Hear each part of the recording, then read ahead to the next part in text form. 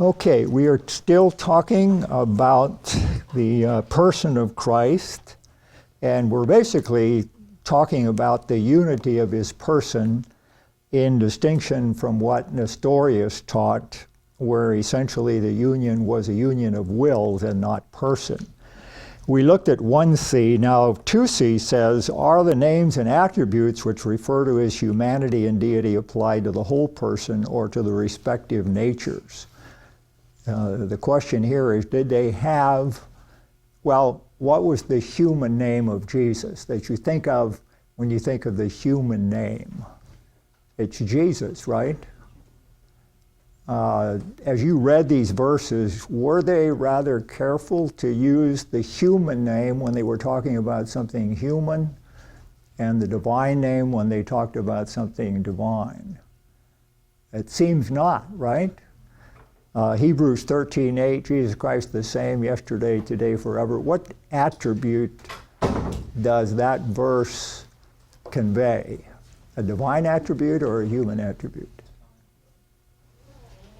You might be able to argue that it's human in the sense that ever since Jesus became a human being, he remained consistent, he remained faithful, and he never sinned, this type of a thing. But most people would agree with what you said. They would think it's a divine attribute, and yet the human name Jesus is given. Acts 20:28, where it talks about the church which is purchased by God, and it talks about the blood of God, which obviously cannot refer to his divine nature. Blood is a human characteristic, and yet it speaks of God. Now, I do have to acknowledge that there is some diversity in translation in that verse. Whether it's the what he purchased with his own blood, some people interpret that which he purchased with the blood of his own one. There's the Greek word idios, and whether it simply means his own or his own one. So if you look at F.F. Bruce commentary on Acts, you will see that distinction. But I think most versions actually just say, which he purchased with his own blood. So that would definitely be a human attribute, but a divine name. And then 1 Corinthians 2, they crucified the Lord of glory. That you would take it perhaps describes him as God, and you cannot crucify God. So again, what you have here is it's a focus on one person, and they don't distinguish like two persons and by different names.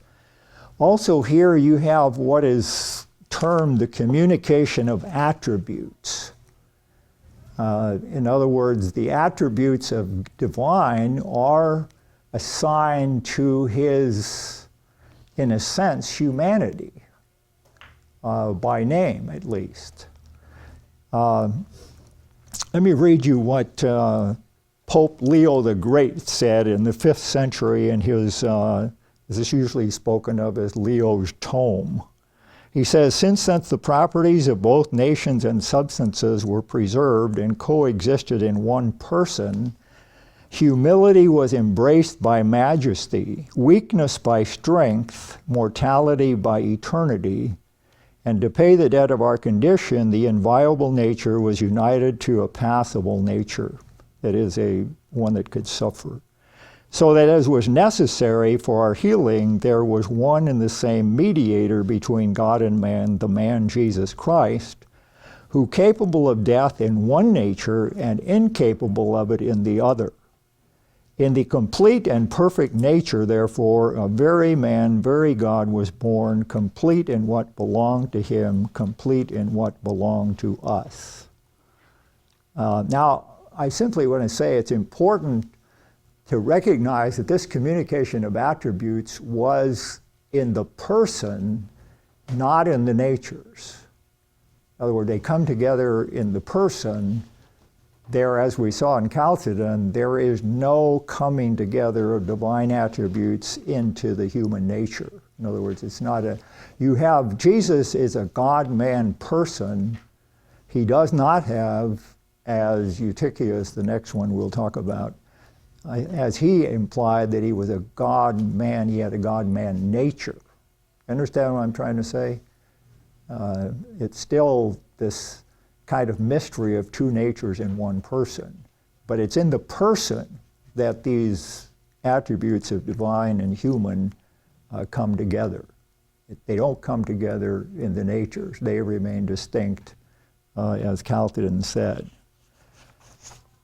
Okay, another way to give you another quote here, this from Donald MacLeod in The Person of Christ, a fairly recent InterVarsity book.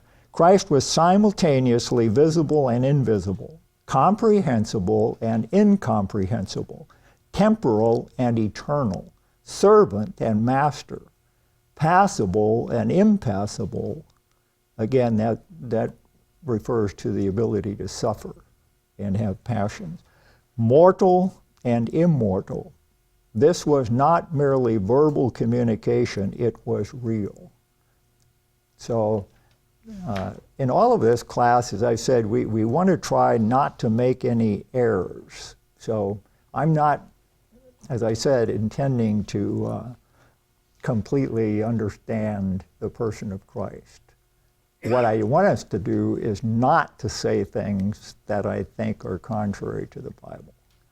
So if it ends up being a mystery, so be it.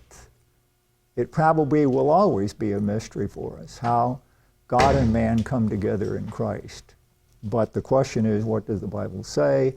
And we just need to leave it at that. Now, the derivation of Christ's one personality. We note in the syllabus, the man Jesus Christ had no existence separate from the Logos. And to quote Bavinck, the human formed in and out of Mary did not for a moment exist by and for itself, but from the earliest moment of conception was united with and taken up into the person of the Son. What he's basically saying is there was not a human being walking around that the Son took into himself. As we said before, he never really became a human person until he was joined to the person of the Logos.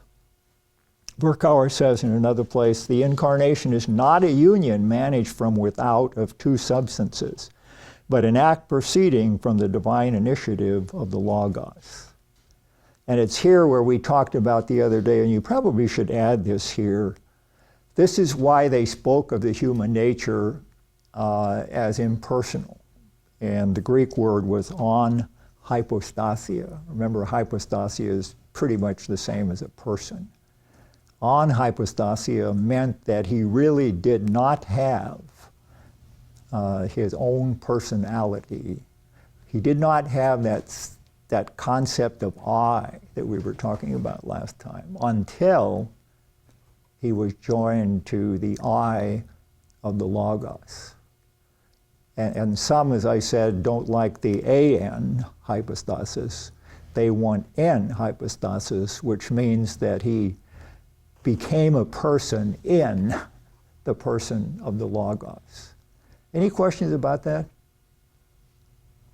See, he does not take on a human person, he takes on a human nature.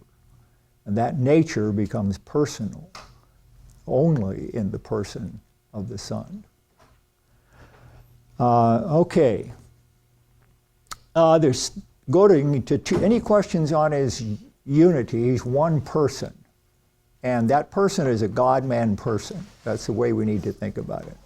He's got two natures, and that makes him a God-man person. I guess you could put it just God-man person. Yes? Could you just clarify again how we're distinguishing between person and nature? Person is the... Well, as we put on the board the other day, I think the person is simply the self-consciousness of the nature. Where the nature comes to express itself in the sense of I. And it's kind of, I guess we were all that almost raises the question of, were we persons when we were born? You think you had a sense of I when you were born? I think psychologists say, when does that come? Maybe 18 months later, where they really have a sense of I as opposed to you. Before that, but now some people might say, well, are you telling me that a fetus and a newborn human is not a person? I would have to say that he is a person in the sense that what is going to come out of him is already in him, but it is not yet blossomed. Maybe it's a little bit like saying an acorn is an oak. Everything of the tree is in that oak, that acorn, right? And so they are the same species, and you'd have to say, but I would not say that that a baby is a functioning person yet in terms of the definition of self-consciousness. But it is in our nature, and it's in the nature of a fetus to be self-conscious.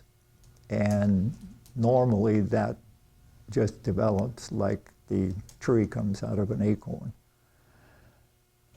Okay, did that answer your question? The second heresy of the early church that Chalcedon was trying to go against, and that's Eutychianism. And he's the one that basically said the two natures of Christ came together to form a kind of a third kind of nature. His statement was Christ is of two natures, but not in two natures. They had sort of mingled into a third kind of nature. Now, 1c, looking again at the Bible, and I don't know, I picked out the best verses I thought that would support this, and what these verses basically do is to tell us that Christ had a human nature like ours. There is no place in the Bible where you find Christ having a kind of a tertium quid, a half divine, half human nature. He's like God, and he is like us. If he was a tertium quid, he would not be like us. He would be half, semi-human and semi-divine. And that would go against a lot of verses, plus it would also go against a lot of things that we need for him to be our Savior, as we'll see. Okay, so scriptures always speak of the two natures as distinct from each other. There's no instances where the natures seem to be confused. And this raises a question, class, with some of the theology. I think it raises a question. I have here primarily with Lutherans' view of the Lord's Supper. But it seems to me it would apply to any view that actually believes that wherever the Lord's Supper is celebrated, you are actually participating in a physical body and physical blood, which would include Rome as well as the Lutherans.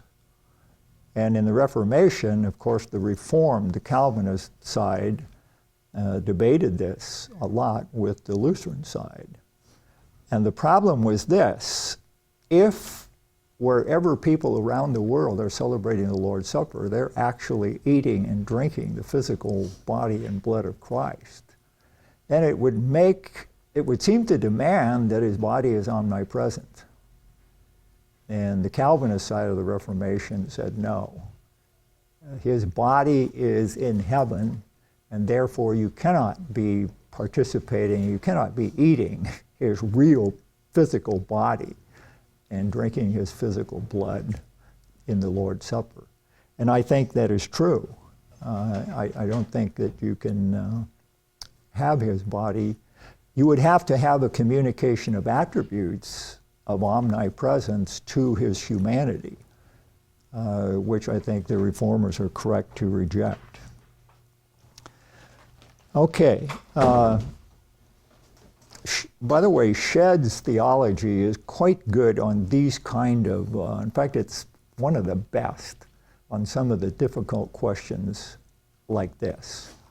And so we refer to him every now and then. And at this point he says, while the acts and qualities of either nature may be attributed to the one theanthropic person, the acts and qualities of one nature may not be attributed to the other nature.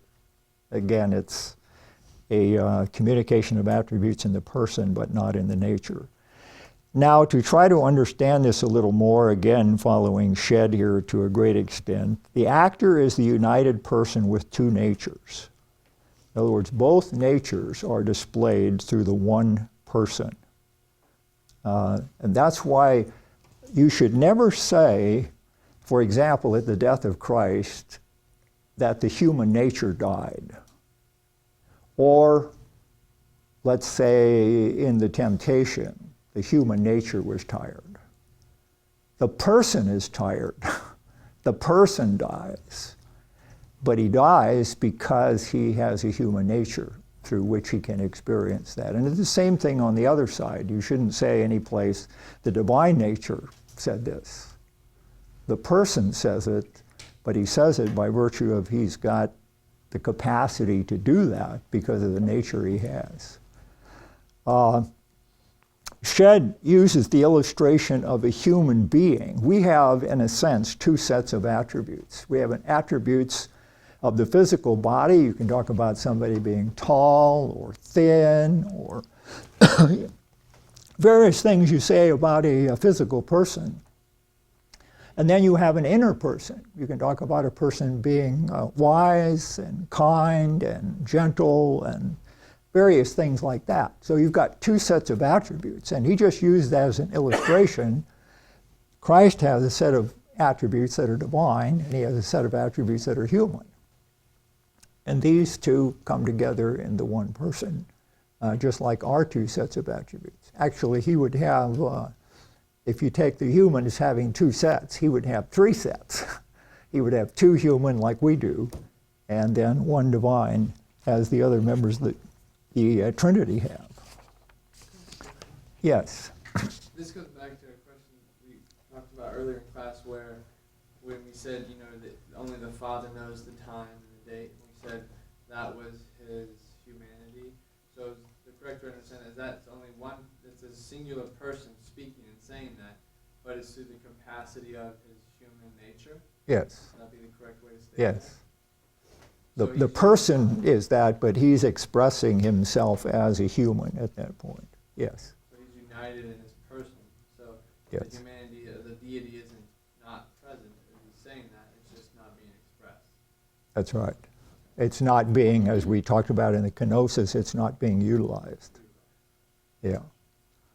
Let me read you a little statement here from Shedd. He said, in accordance with this complex constitution of Christ's person, we find that his consciousness, as expressed in language, is sometimes divine and sometimes human, what we've talked about. When he spoke the words, I and my Father are one, John 10:30, the form of his consciousness at this instant was divine.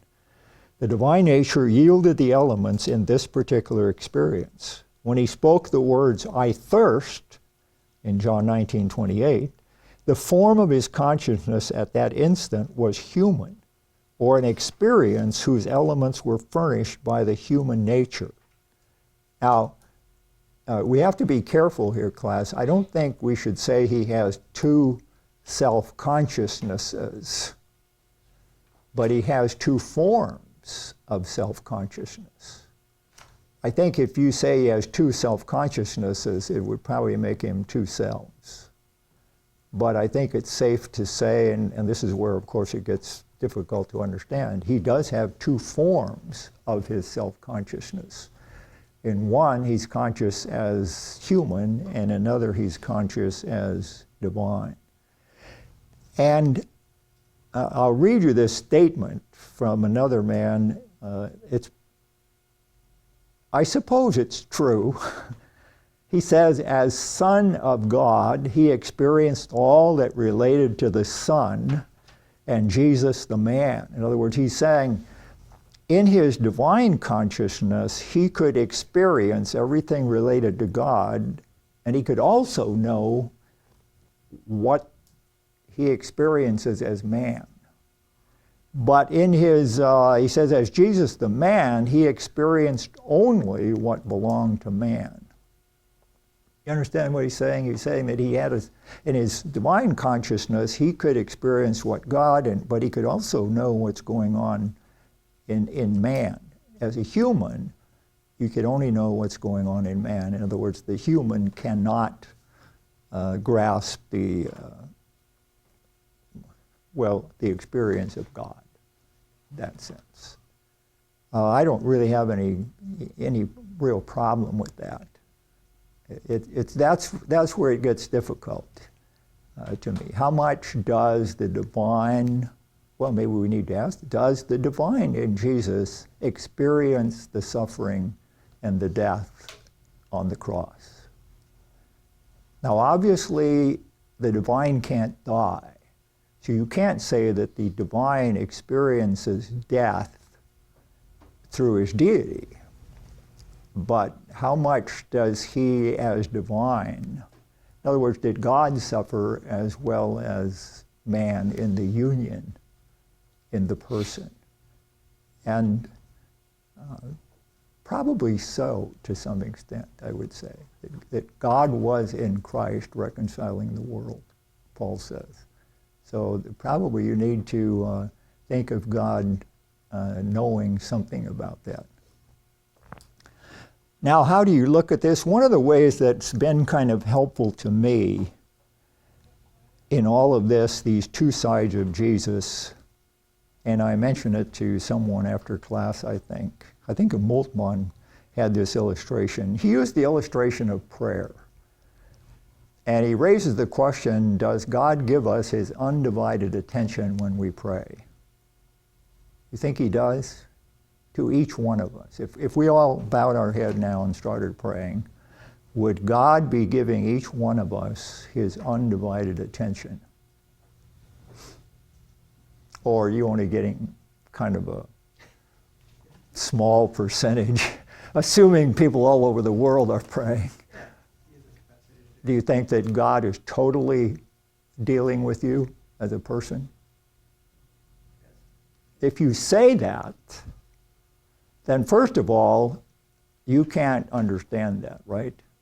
Because how many people can you pay attention to at one time? If you're halfway good, you might be able to, well, you know if you've done it, you're talking to somebody, but somebody here is saying something that's really interesting to you, and so you've got one ear open here and the other one here trying to carry on this conversation, or maybe you're talking to somebody on the phone, and then you've got somebody else there that you're paying attention to, and you realize you're giving divided attention. And sometimes you're not following this person on the phone because you're so fascinated with what's going on around you. So we clearly split attention, but we say God doesn't do that. So how does he do that? And Moltmann explains it pretty much like saying that God exists in multiple roles. God can be totally in relationship to you, totally in relationship to you, and just go on and on and on in that regard. And so the conclusion is, you see, that with regard to Jesus, that he lived in an incarnate role, but at the same time, he was fully in what is spoken of as a discarnate role. In other words, not in flesh. And he was fully in both of those. So he was here, as I've said, he was here in weakness, and yet in another way he was omnipotent, holding the whole universe together simultaneously. And if you can explain that, there's probably a publisher that would be happy to have your book. I don't know that anybody can fully explain how that works, but if we say it works with prayer like that, then it doesn't, you see, it's not a big step to say that it could work. Jesus could be in that the Son of God, I should say, could be in multiple roles at the same time. Any questions or thoughts about that? Is there any problem with that illustration in your mind? You're just wondering if it if you saw any loopholes in it. Yes? I don't have a problem, but I'm just wondering if you could elaborate a little bit on forms of consciousness and what that means. Well, I guess to me it means that the person of Christ could be conscious of being tired. He could be conscious of not knowing something. That would be a human form of consciousness. On the other hand, in terms of his deity, he could be conscious of being able to forgive sins.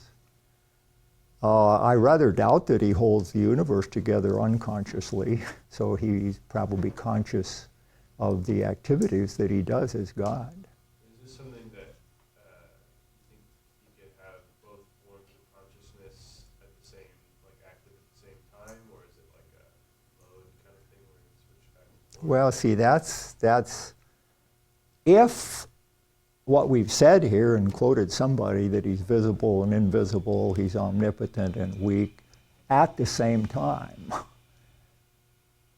Well, let me put it another way. If he is conscious of his tiredness and he is holding the world together at the same time, I would think that there would be some consciousness of what he's doing on the divine side. So I think you have to say, if these things we said are really taking place at the same time, maybe in the sense of, is God conscious of talking to you in prayer, and is he conscious talking to this person in prayer? Now that wouldn't take a different quality, but it would definitely have two forms of consciousness, two expressions of consciousness. Yeah, I would have to say that. I think you have to say that. Otherwise, see, this is where, class, you need to think that you don't say something that is pretty strange. Like I told you the other day that one of the faculty, he was kind of, how should I say, tempted toward some kind of an Apollinarian, or I guess maybe I would say a very pneumatological Christology that Christ, when he came here, was pretty much just controlled by the Spirit, and he kind of is deity. And when I told him, well, isn't he still holding the world together? Well, maybe the Holy Spirit took that job on temporarily. Well, I guess he didn't think about that it's not going to be temporary, because he's going to stay human from then on. So you just have to think about those things as to what you're saying, and realize that it gets, it sometimes is more complicated. And this is a problem. I think sometimes people try to solve a problem that is limited to this, but what they say in solving it cannot be true, because it doesn't relate just to that limited time. Yes? So what is your theory on when he was aware of his divinity? When he became aware of his divinity? Yeah, is there any... Well, if you take this model, it seems to me that he would be aware of his divinity all the time, but not necessarily in his humanity. I mean, obviously as a little baby, he's not even aware of himself. Right. But is he holding the world together at that same time? And if you say he is, then it would seem to me that he would be aware of his divinity in that role. If he really has, class, and I'm tempted to think that that can work, an incarnate role and a discarnate role, and he has those roles at the same time, then you need to give him the awareness that each role would have. And in the human, obviously, there would be a growing awareness of things. In the divine, there would be no growing awareness of self and what he's doing. Yes? So, are we saying in the kenosis then that Christ only gave up his expression of divine attributes and not his consciousness of divine attributes? Well, in his... I think the kenosis, he gave them up in order that he can experience human life. Right. And in fulfilling that purpose, he would not be aware of all those things. But in terms of, I guess we're saying in one sense, well, if you really think there's an incarnate role and a discarnate role, then you've got to say that there's a kenotic, if you want to use that term, although it's not the way it's often used.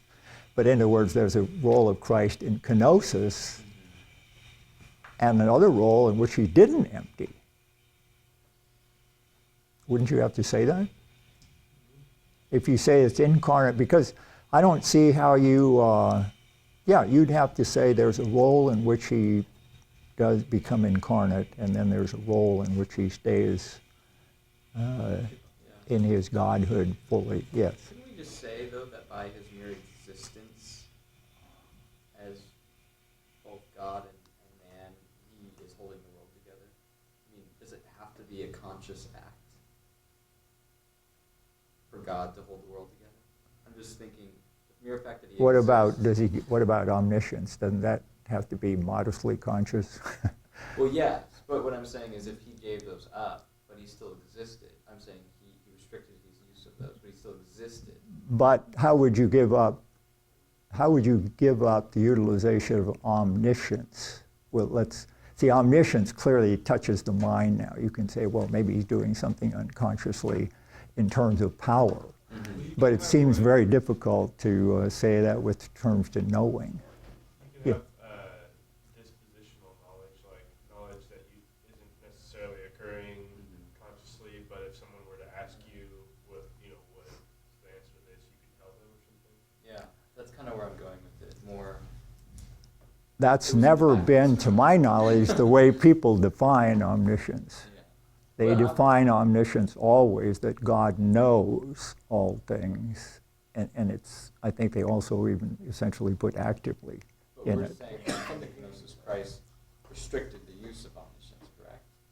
Yes, as his human role. But we're saying that even now that he's human, though, since he's human forevermore, he still has omniscience. So we're saying, I'm kind of confused about why omniscience would restrict him from holding the world together, or why he couldn't. Well, you would have to define omniscience then as having the knowledge but not being aware of it. At least that's possible. That would be part of the. You don't have to, like most people that define omniscience. It is a knowledge that is always present to God. As God, I think he's aware of everything all the time, even before anyone. Well, else. he's God. Exactly. Right. So that's true. But what I'm saying is, in the kenosis, couldn't he have actually restricted that awareness in some way? But my point is, if omniscience includes a conscious knowledge of things, then he would be giving omniscience. And you'd have to give some other definition to it. Do you think God does have to draw things back? I mean, do you think God forgets like we do? Well, You know, that's we put some in some memory bank, but and some of it stays there and some of it doesn't. It's also putting God into a time constriction too. If Yeah. you think about it, which he isn't. So. Yeah. And I don't know, it just seems to me that to have him holding the world together and not being conscious of it would be pretty strange. Yeah. But as a young lad, he's not going to be conscious. As a human, Right, that's what I'm saying. Yeah. So that's all I was wondering, like, when do you think he? but There's if really what no evidence of when exactly he was aware of his deity. That's what I'm trying to. Is that what we're trying to get? well, how do you think he became aware of his deity as a man? How do you think he became aware that he was the Messiah? But Do you think he knew he was fulfilling Scripture? Do you think he learned anything at the baptism? The voice from heaven? he had some sense of his. I don't know. I'm not necessarily arguing that that's Right. when he knew for sure Right, that he right. was the Messiah, because God put his, voice essentially said that. But it is possible to conceive of him coming to know that. And then, does the Old Testament give any indication of the deity of the Messiah. So he could have gotten it all from the Bible. As a human. Yes. Okay. Well, class, think about these things. Just don't say things that are not true. Well, let me put it this way. Just remember that Jesus is God all the time. Yeah. And that he became a human, and from here on, he's human and God. And so whatever you say, it can't diminish his deity. Yeah, I guess that's what I would say. And now the question of whether he can be divine and be totally unconscious of it strikes me as almost impossible for a divine being. You see, can a divine being be unconscious of his deity?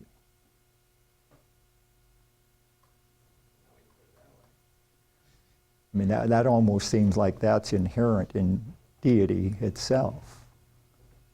And that if he couldn't, he would have given up something of his deity. Well, becomes rather mysterious, doesn't it? Yeah, sure. Okay, let's go on to something more simple, the impeccability of Christ. To me, this is a little bit more simple, but you do have to think a little bit here. The definition of impeccable, again to cite Shedd, an impeccable will is one that is so mighty in its determination to good that it cannot be conquered by any temptation to evil, however great. Now he puts this in a positive definition. I mean, impeccable is a negative term just by the structure of the word. But Shedd makes it a positive. He is so strong, he can't sin. That's basically what we're talking about. Someone that is impeccable is unable to sin. And Shedd believes that he was so strong that he could not sin. And you have to remember, were Adam and Eve, were they impeccable? No, they were not. Could they not have sinned? Yes. But that is not what impeccable means, because Jesus did not sin. Some people who say, well, he was impeccable, he didn't sin. That's not the point. Impeccable means you can't sin. And so the question is, was Christ impeccable? And of course, that immediately raises the question of his temptation. If you can't sin, can you be tempted? Okay, so you see the difference between Adam and Eve and Christ. They were peccable. They didn't have to sin. It didn't mean they were sinners. It just means they were capable of sinning. And to say that Christ is impeccable is to say that he is incapable of sinning. How many of you think Christ is impeccable? Okay. How many of you think he could have sinned? Okay. Yeah. You both can't be right, let's put it that way. I'm going to say there's some heresy in this room. Okay. The proofs of Christ's impeccability. What attributes of Christ's deity would make it impossible for a God-man to fall in temptation? Now remember, class, it is the person who sins, not the nature. So you have a God-man person, and that person has to sin.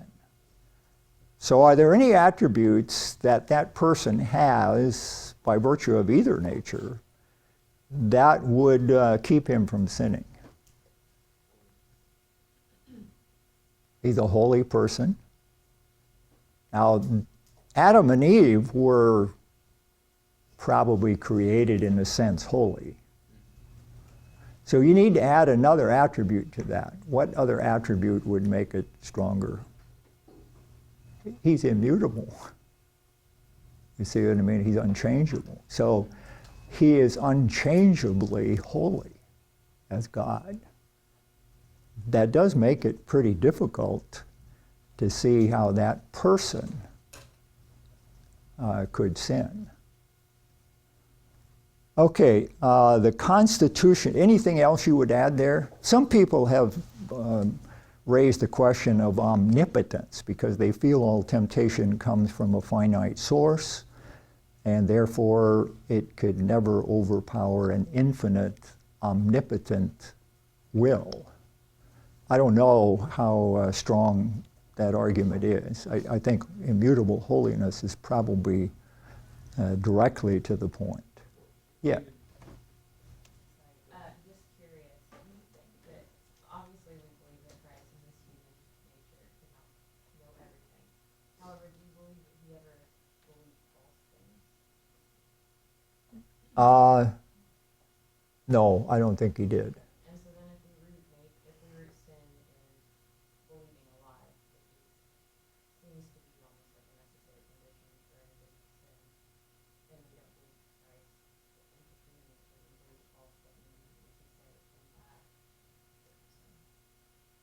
Well, you asked me whether he did, and I said I don't think he ever did. Now you're really asking, was he capable of believing a false thing, right? Yeah, I guess both. Yeah, I asked that. Well, that would be a sin, right? To believe a lie. Do you think to believe a lie is a sin? No, I don't think so. I think it comes from a fallen nature. It's imperfect, but it's not sin act. Well, let me ask, do you think to pass along a lie involves you in spreading lies? No, even if you don't know it's a lie. Yeah, but you might not be culpable for it if you aren't aware. You're perpetuating a fallen action, but not with culpability. No culpability at all. Well, no, yeah. I mean, Maybe you should have checked it out to be sure. well, Snoop it. Well, just think of like a little kid repeating what their parent tells them. Yeah. I mean, maybe their parent is wrong and the kid's spreading falsehood. You don't like punish him. But no, but do you think from God's eyes this little child is involved in sinning even before he's very capable of knowing these things just by virtue of he's depraved, right? Well, that's the nature, though. It doesn't have to I think we have to acknowledge, though, that there are probably things we do because we live in a fallen world that are wrong.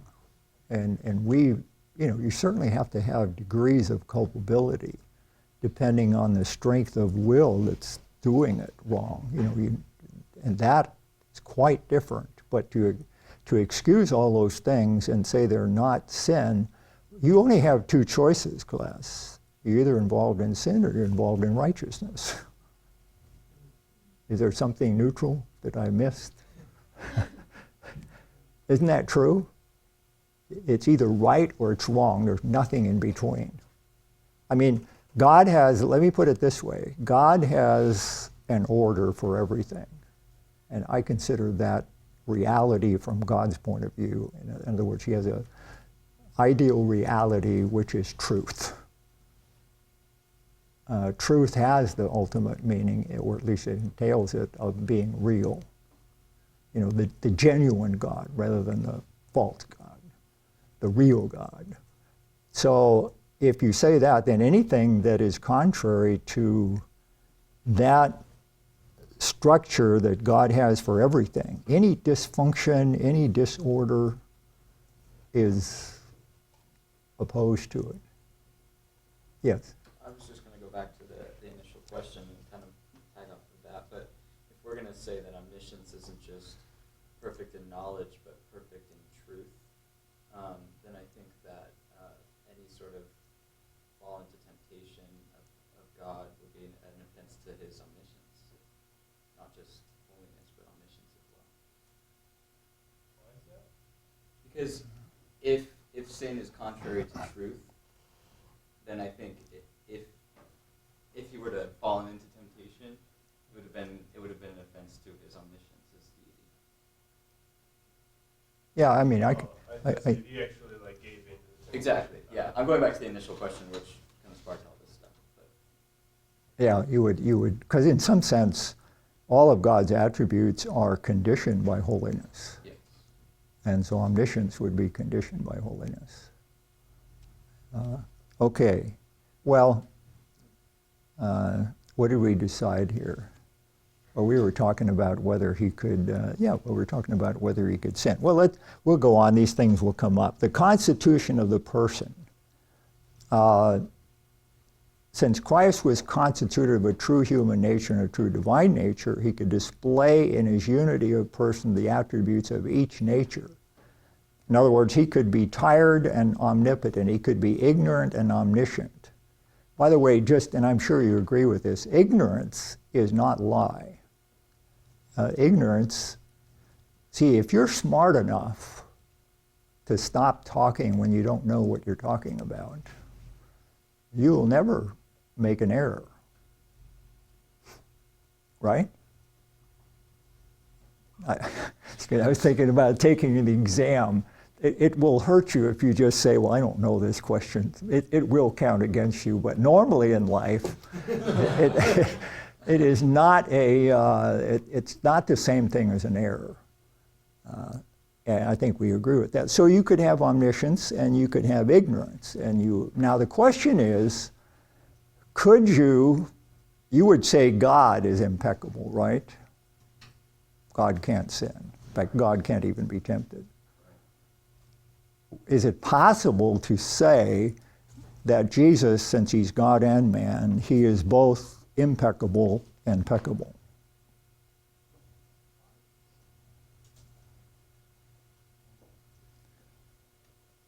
And I'm probably going to slip a little gear here.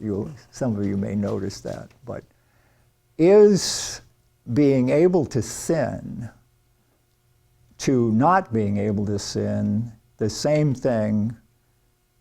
Well, where the thing slips a little bit is sin against not sin the same thing as ignorance versus omniscience, or omnipotence and weakness? See, what I'm really trying to say is, in these other ones, these pairs, one of them is simply a limitation of the other. Is the ability to sin a limitation of holiness? You wouldn't say that actually sin is a limitation of holiness, would you? In the same way, analogously to being weak and omnipotent. See, those are the same species in a sense. One of them is just a limitation of it. But if you think about it, sin is not a limitation of holiness, it's a diametrically opposite canceling of it. In other words, it's a contradiction of it. And the other is more a limitation. So where I think that the slippage comes in, I didn't leave it just impeccable or able to sin versus not. I actually went to the question of sin. But I don't think you can say the ability to sin, or he could have sinned and not sinned. Those two are not the same as being ignorant and omniscient, weak and omnipotent, and all of the other attributes that are simply limited in man. Any questions about that? Okay. In some sense, you have to say that the Logos is, in a sense, the ultimate responsible power in this coming together as a God-man. Yes? What's meant by experience? Is that the experience of nature, or is it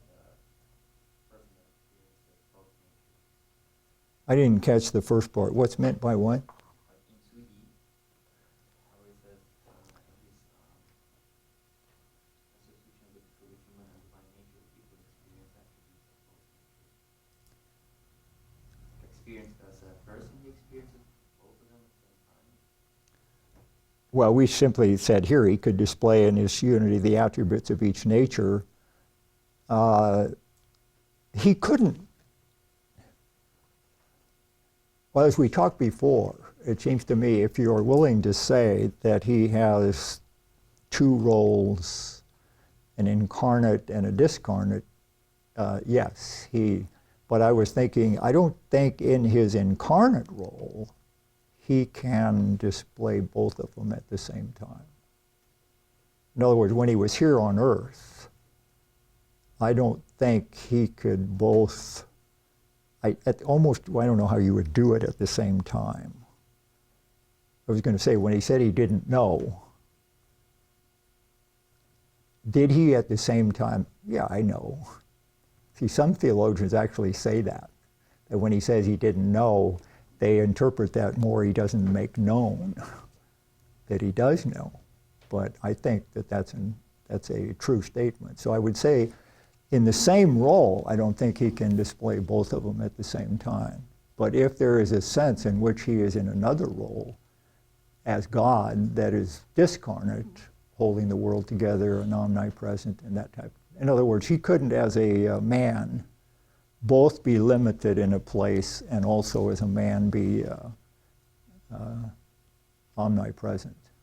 Maybe because of his nature of man, he couldn't experience the other, like the deity aspect, as well as a deity, because he can know what man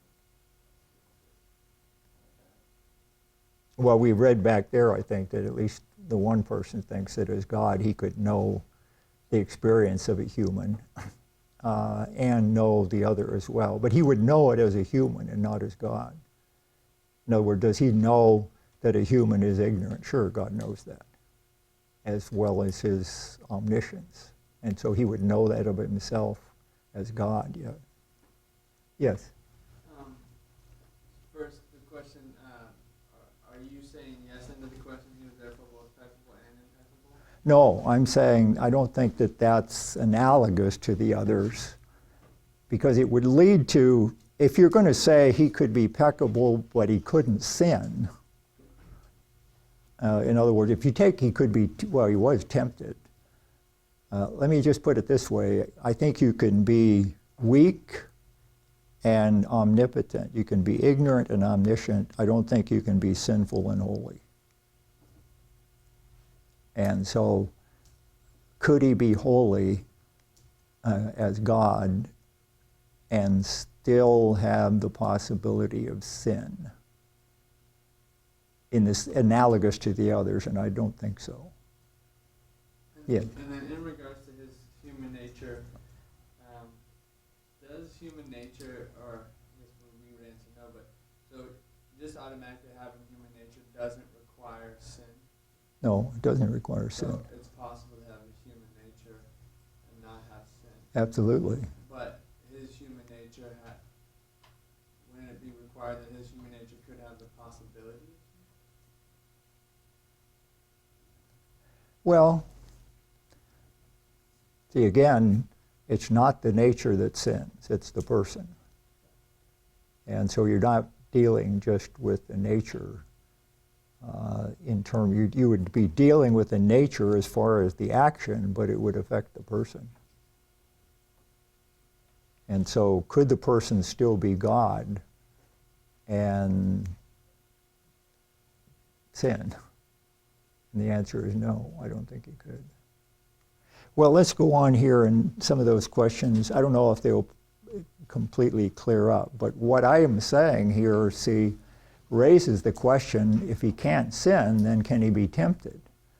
And you have someone like Hodge, who interestingly says this: if he was a true man, he must have been capable of sinning. Temptation implies the possibility of sin. If from the constitution of his person it was impossible for Christ to sin, then his temptation was unreal and without effect, and he cannot sympathize with his people. So Hodge is willing to say that he is peccable, that he is capable of sinning. I don't know whether that's the best way to put it, but the verses that we need to attend to here, because if you take, as I tend to take, that he is impeccable, then I do have the question of explaining how could he have a real temptation. And so that's what I'm going to try to do here. In James 1:14, well, I'll do just Hebrews 4:15. First of all, says, he was tempted in all points like as we are, yet without sin. So he says he was tempted in every way like we are, yet without sin. James 1:14 basically says, I can find James 1 here. Well, let me just pick up verse 13. Let no one say when he is tempted, I am being tempted by God, for God cannot be tempted by evil, and he himself does not tempt anyone. But each one is tempted when he is carried away and enticed by his own lust. Then when lust has conceived, it gives forth birth to sin, and when sin is accomplished, it brings forth death.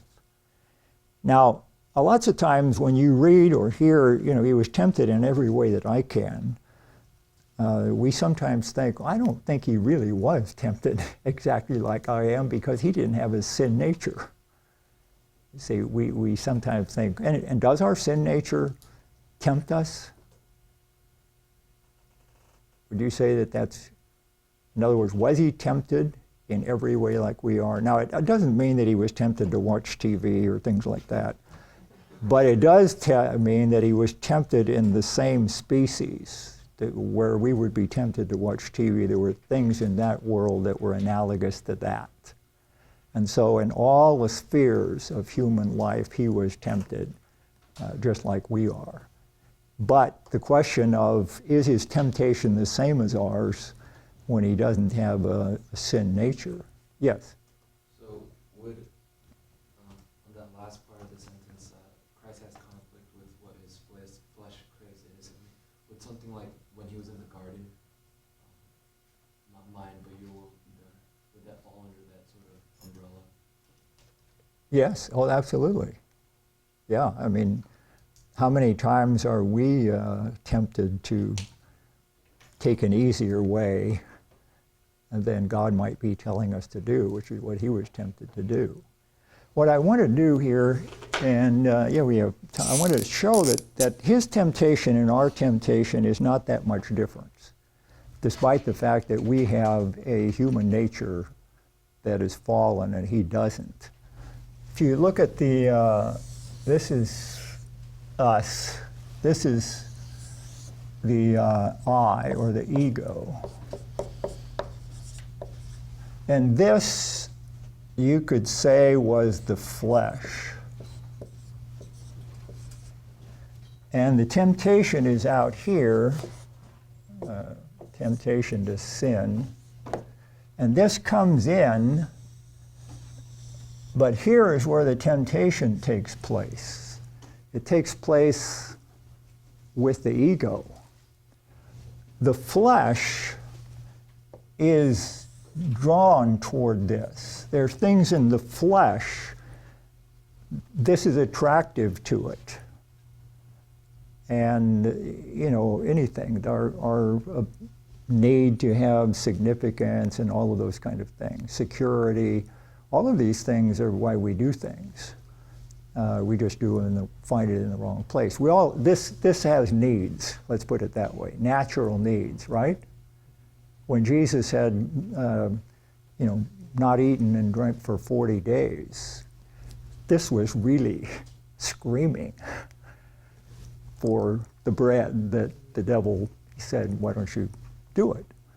So you have that. Now this is the way it works with us, and that's exactly the way it works with Jesus.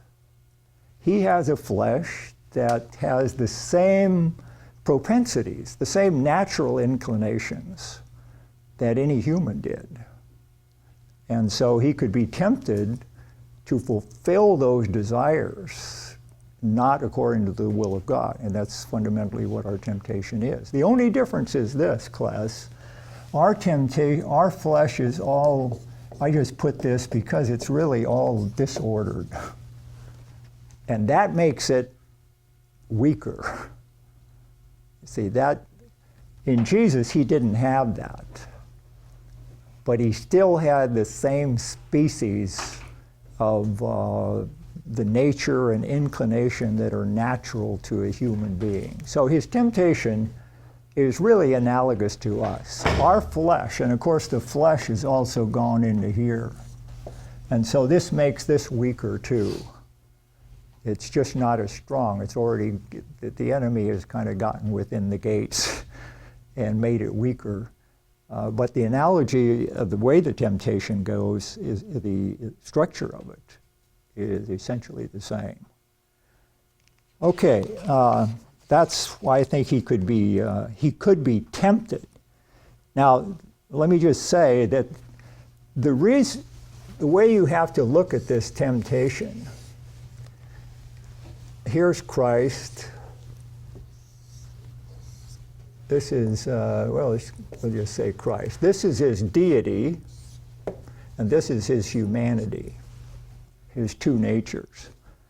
In order to make him temptable and yet impeccable, what I think is true is the fiery darts of the devil. Well, let me just say this. But let's also add some characteristics. This is steel. And this is balsa wood. Okay? This is weaker. This is steel. Now, the fiery darts of the devil, could they penetrate that? No. The question is, did Jesus use this to defend against the temptations, the fiery darts of the enemy? And the answer is no. What you have to say is that all of the temptations of the devil were all blunted in his humanity empowered by the Spirit of God and the Word of God. So that when I look at him as a person, I just don't see how the fiery dart could destroy the whole thing. On the other hand, I don't think he threw his deity. If he was conscious of his deity, in other words, if he was conscious when he had his hand behind his back, okay, devil, come on, I'll take you on. But he knew he could whip this out any time. Then it wouldn't be a temptation. It wouldn't be a real temptation. So he is conscious in his humanity, and he resists in the same way that we have the availability of the Spirit and the Word of God. So for me, if you look at his constitution of the person, I don't see how the person could fall. And if you bring the deity in too much, he can't even be tempted. So this is one place where he has to be conscious in his humanity, in all of this temptation. And he resists like a human being. You've read that last part. Well, we can mention here, does increased ability to resist decrease the possibility of experiencing temptation or permit it to be more intense? What would you say? Was temptation easier for him than us because he had greater strength? Didn't have this? Yes? I've heard the argument that it would be more intense because he would have the ability to experience a deeper degree of temptation, whereas someone who's weaker would just fall into it immediately. Yeah, no, I think that's true. Did we give you any illustration about that? See what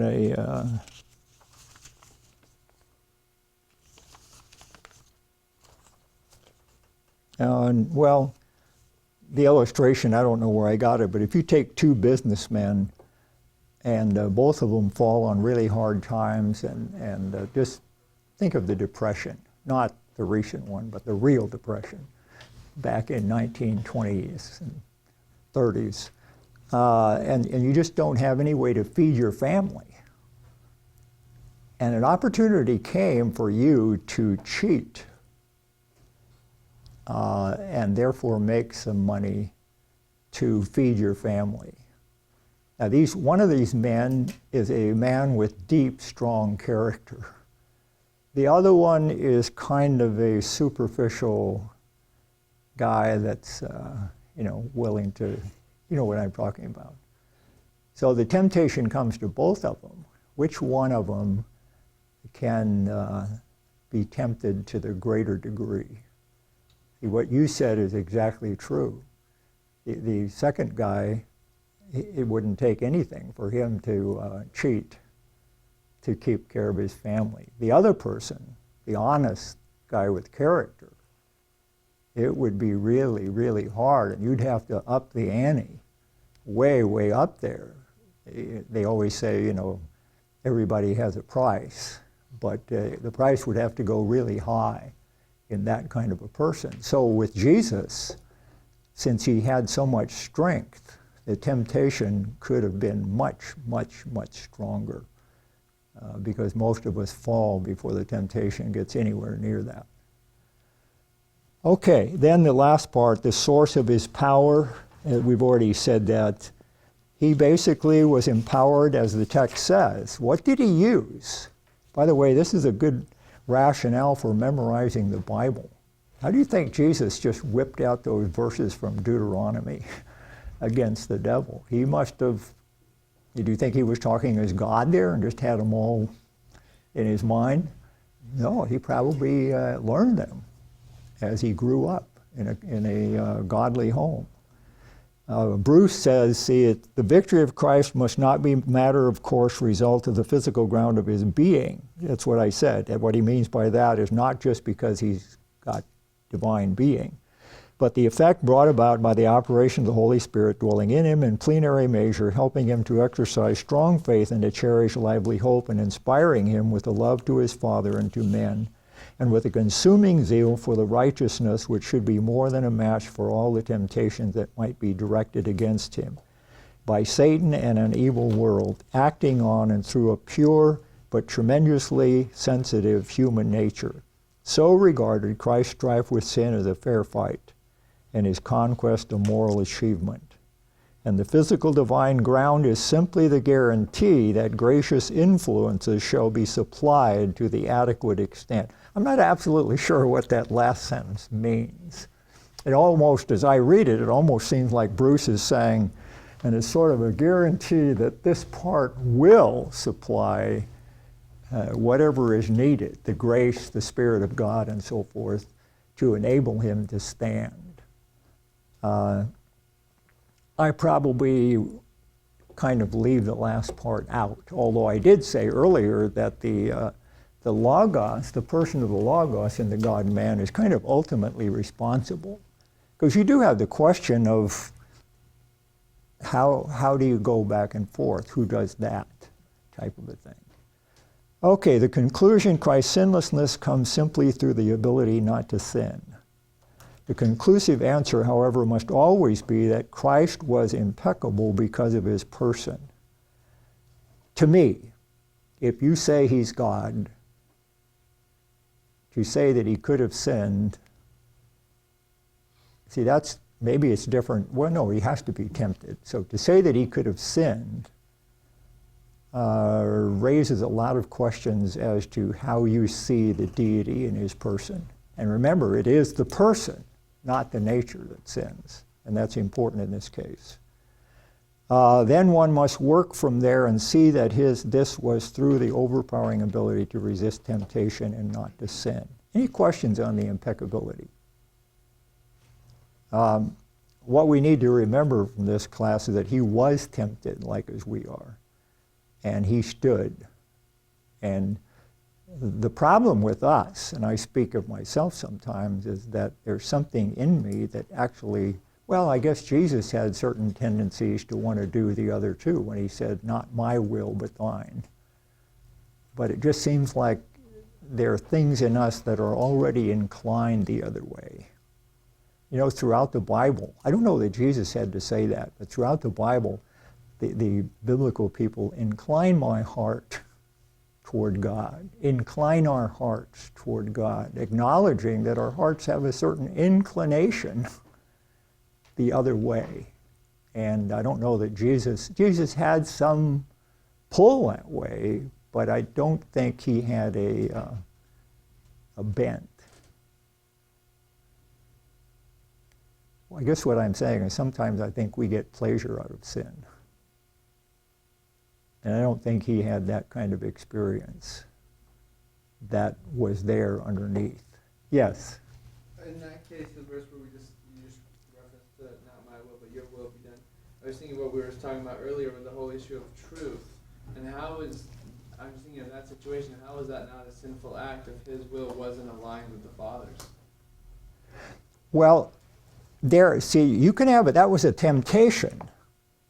And a temptation has to always be something that you think about that is contrary to God, right? Otherwise, what is it? So it's kind of like Luther said, you can't stop the birds from flying over your head, but you can stop them from making a nest in your hair.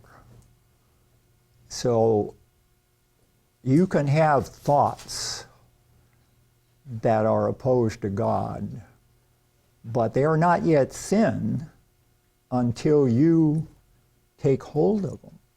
Yes, you see, so I think that was, he thought about that, but he resisted making them his thoughts.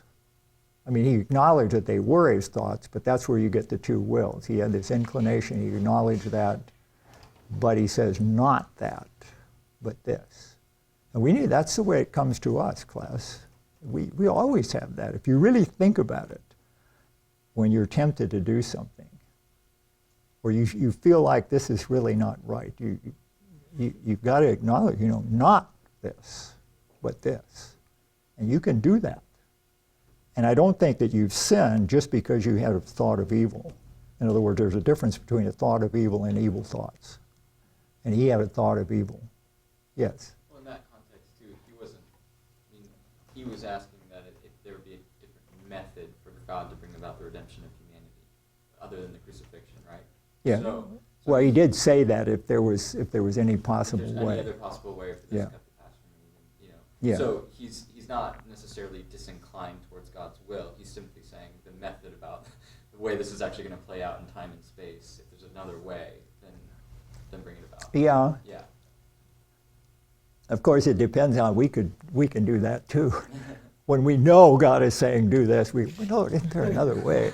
You see, at some point, that asking for another way, when it's been spelled out to you in black and white, can become wrong. Biola University offers a variety of biblically centered degree programs, ranging from business to ministry to the arts and sciences. Visit biola.edu to find out how Biola could make a difference in your life.